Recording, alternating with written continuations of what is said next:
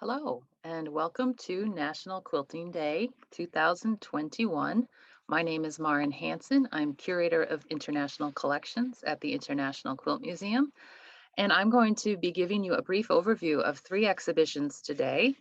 All of them are part of our exhibition series that is devoted to examining and commemorating the 50th anniversary of the exhibition Abstract Design in American Quilts, which took place at the Whitney Museum of American Art in New York in 1971. Be sure to catch Carolyn Ducey's National Quilting Day talk, in which she will be talking about the original abstract design in American quilts. I, on the other hand, am going to be talking about three exhibitions that are complements to abstract design in American quilts at 50. The first of these exhibitions is New York Nexus. It was curated by Sandra Sider, and it looks at how in the 1960s and 1970s, there were several exhibitions, groundbreaking exhibitions, that really helped set the stage for the success of abstract design in American quilts when it debuted in 1971 at the Whitney. So she, in her exhibition, talks about a few exhibitions at MoMA, Museum of Modern Art, in 1961, the art of assemblage, and wall hangings in 1969, Museum of Contemporary Crafts with their fabric collage exhibition. And what she talks about is the fact that many of the artists who would go on to really give momentum to the nascent or beginning studio art quilt movement, they saw these exhibitions. So people like Michael Cummings, Patricia Malarcher, Paula Nadelstern, Robin Schwalb, all of whom are included in this exhibition, would have seen some of these really groundbreaking exhibitions that promoted the idea that textiles, just like painting and sculpture, could be seen on art art gallery walls and art museum walls. So um, here are some of and also following abstract design in American quilts at the Whitney, many more exhibitions that featured textiles in this more prominent fashion began to take place as well. So in this exhibition, you'll see work by Sue Benner, who references different ethnic and global textile traditions in her work, and she also references the the fact that she has an education in biomedical science. So the piece on the right, Cellular Structure 8, Oval Shift, really starts to sort of look at our microscopic world and how the human body is constructed. Michael Cummings is a very early textile and quilt artist, and we have a 1973 collage by him on the left, which shows the influence of artists such as Romare Bearden.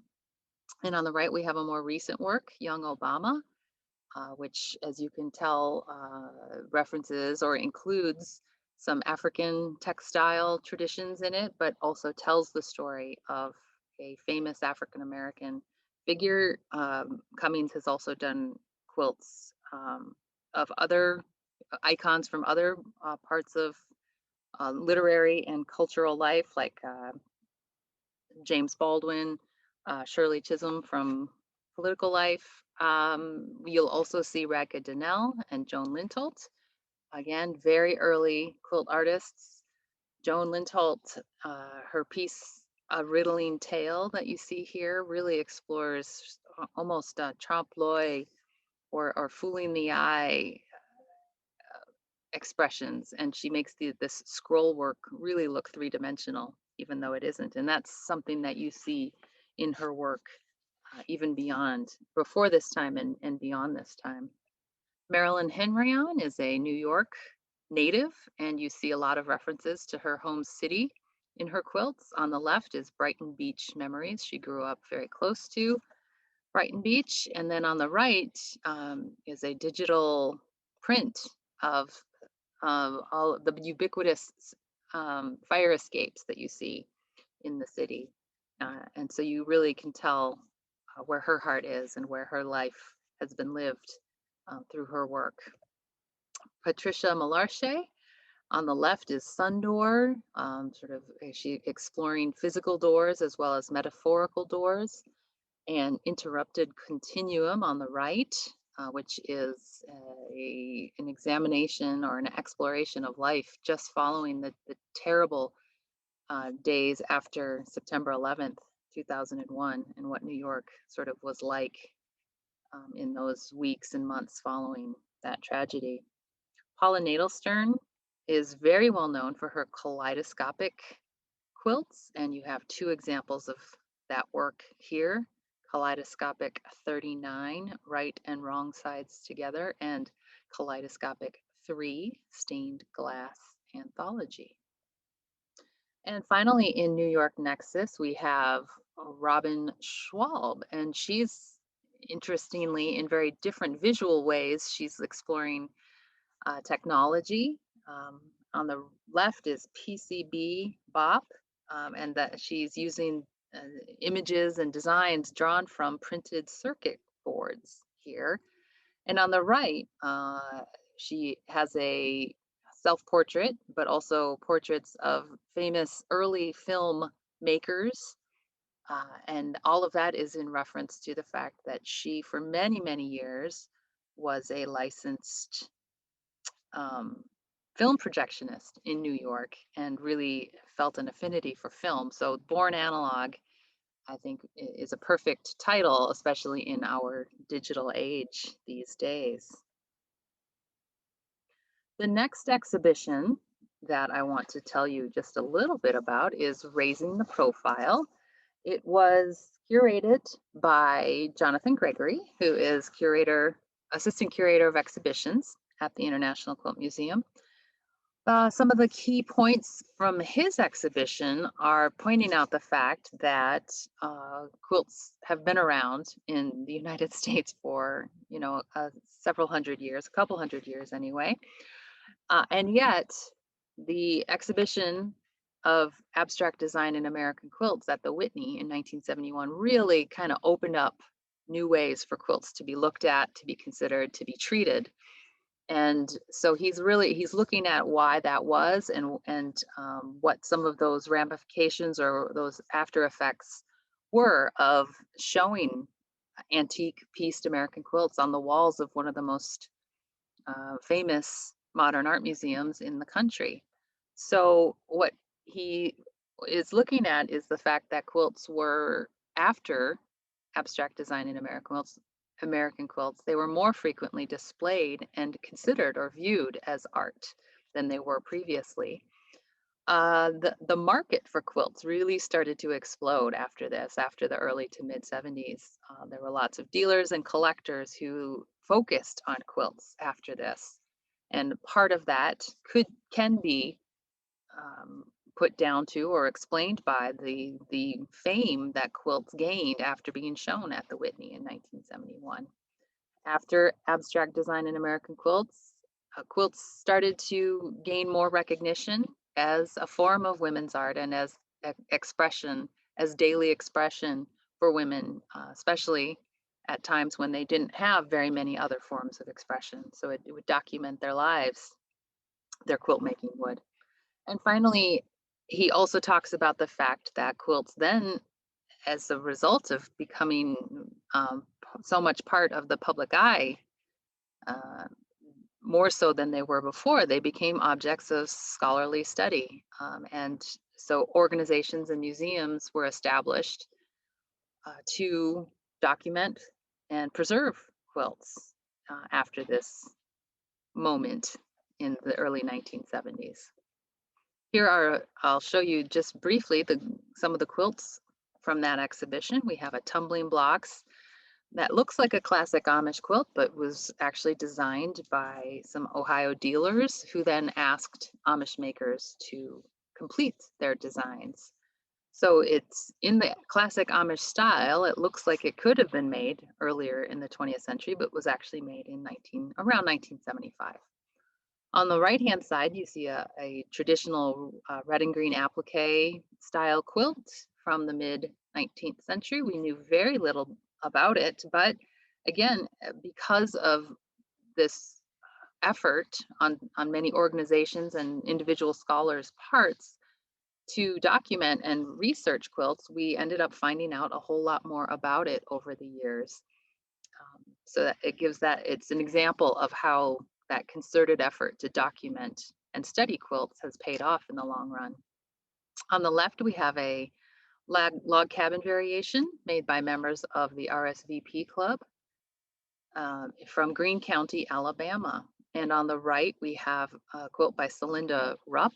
Again, this was an example of a quilt that came with very little documentation, but through the years and through the efforts of our genealogical task force, the scholars that we tap when we're doing genealogical research at our museum, thanks to them, we found out a whole lot more about it than the original dealers knew about it when it was sold and became part of our collection.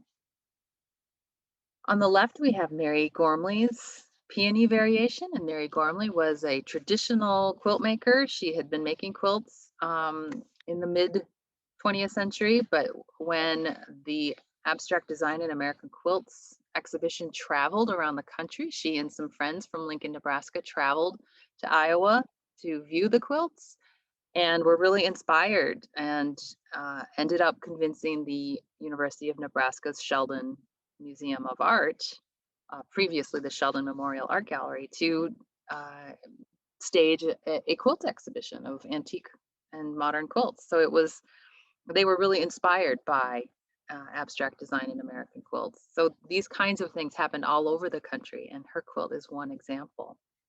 The Great Quilt on the right was designed or was organized by an artist and a group of friends who decided they wanted to make their own version of a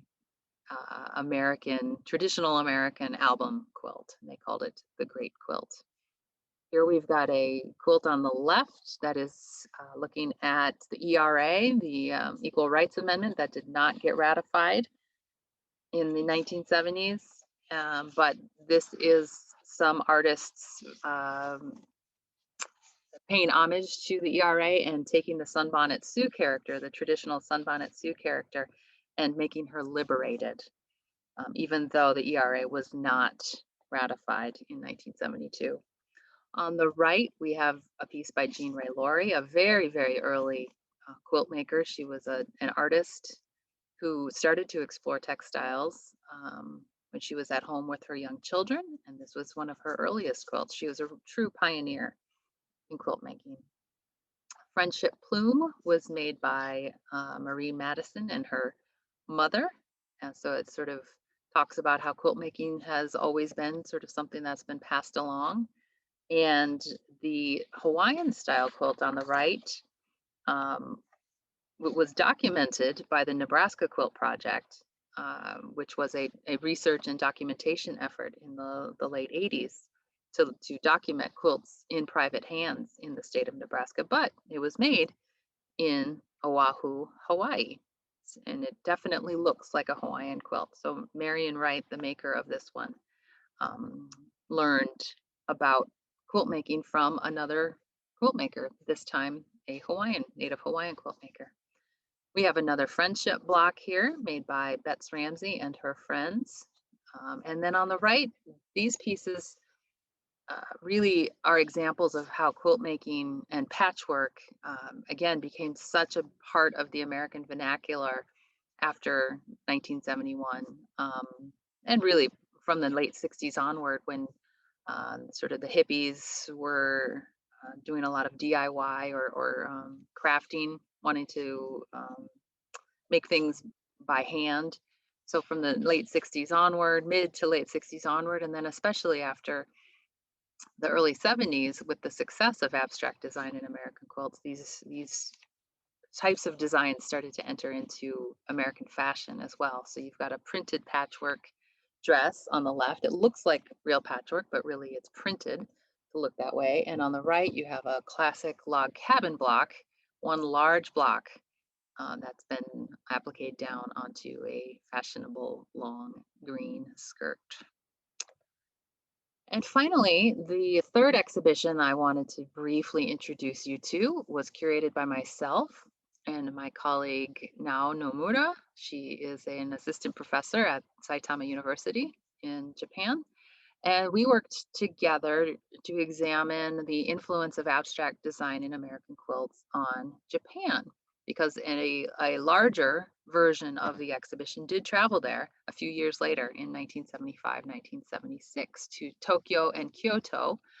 Those were the biggest cities, and smaller versions also went to some other Japanese cities as well. So this was the first time that American antique quilts had traveled to Japan, and it was sort of a showstopper for people in Japan. After the war, economic growth in Japan had really started to accelerate, and that meant that there was the opportunity for more leisure time.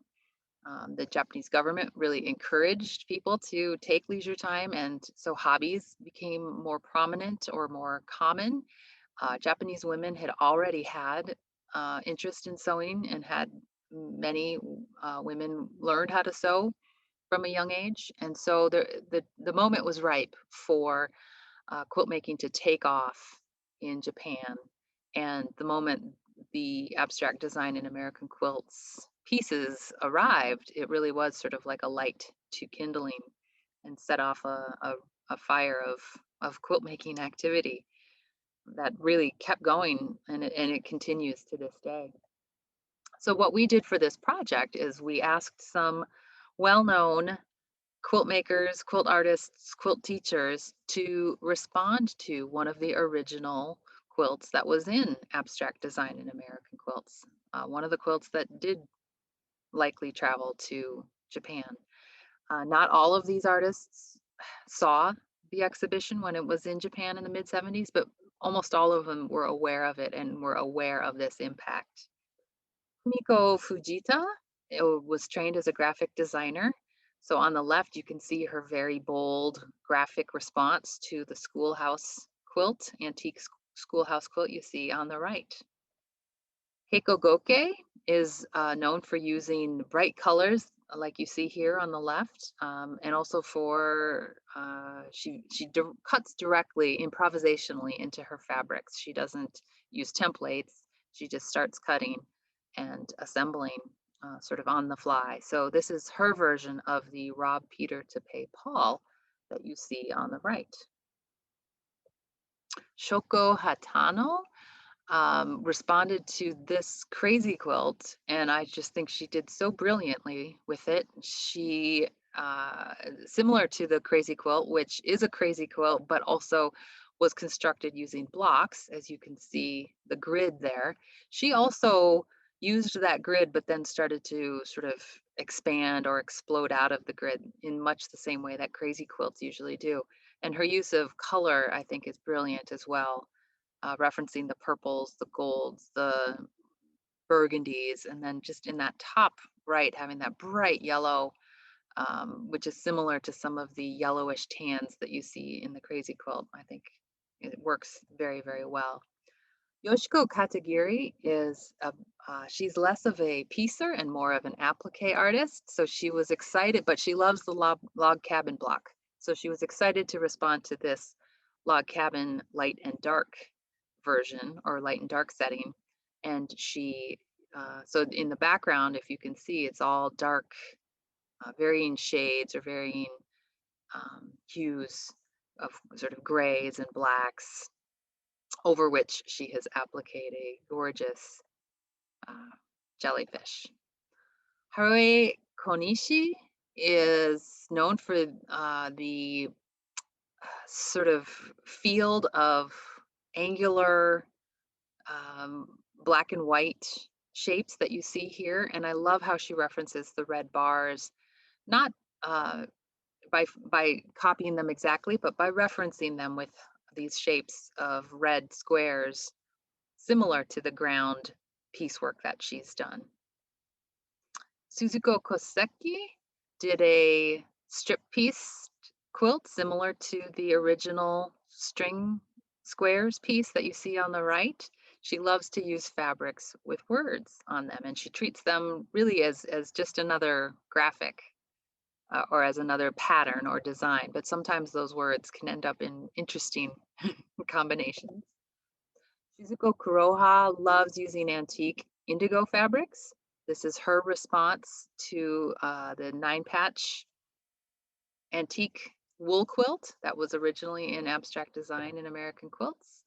Emiko Toda Loeb went all out and she referenced several quilts, but the original reference piece was this kaleidoscope. But you'll also see some 9-patches, some wild goose chase, all of which reference one or other of the abstract design in American Quilts pieces. Eiko Okano added to her series, It's a Beautiful Day, by making this one, volume 16. We have several other of her It's a Beautiful Day pieces, all of which take the shape of a kimono in our collection, but we were very excited to add this one. And she's referencing a red and gray straight furrows setting of the log cabin block quilt. And finally, Yasuko Saito did a wonderful job of taking this rainbow stripes quilt. It's a famous piece from that abstract design in American Quilts exhibition. It was on the original catalog cover. And she took her sweeping arcs and tiny piecing that are hallmarks of her work and interpreted that rainbow in such a way that it really complements and adds to and the original reference piece. That is a very quick overview of the 3 exhibitions that we put together to complement abstract design in American Quilts at 50. New York Nexus, Raising the Profile, and Journey to Japan. I hope you'll be able to come to Nebraska in person and see all of these beautiful quilts. But if not, please keep an eye out for other National Quilting Day videos and also to our website and our social media where you can learn a lot more about these pieces. Thank you and enjoy the rest of your National Quilting Day.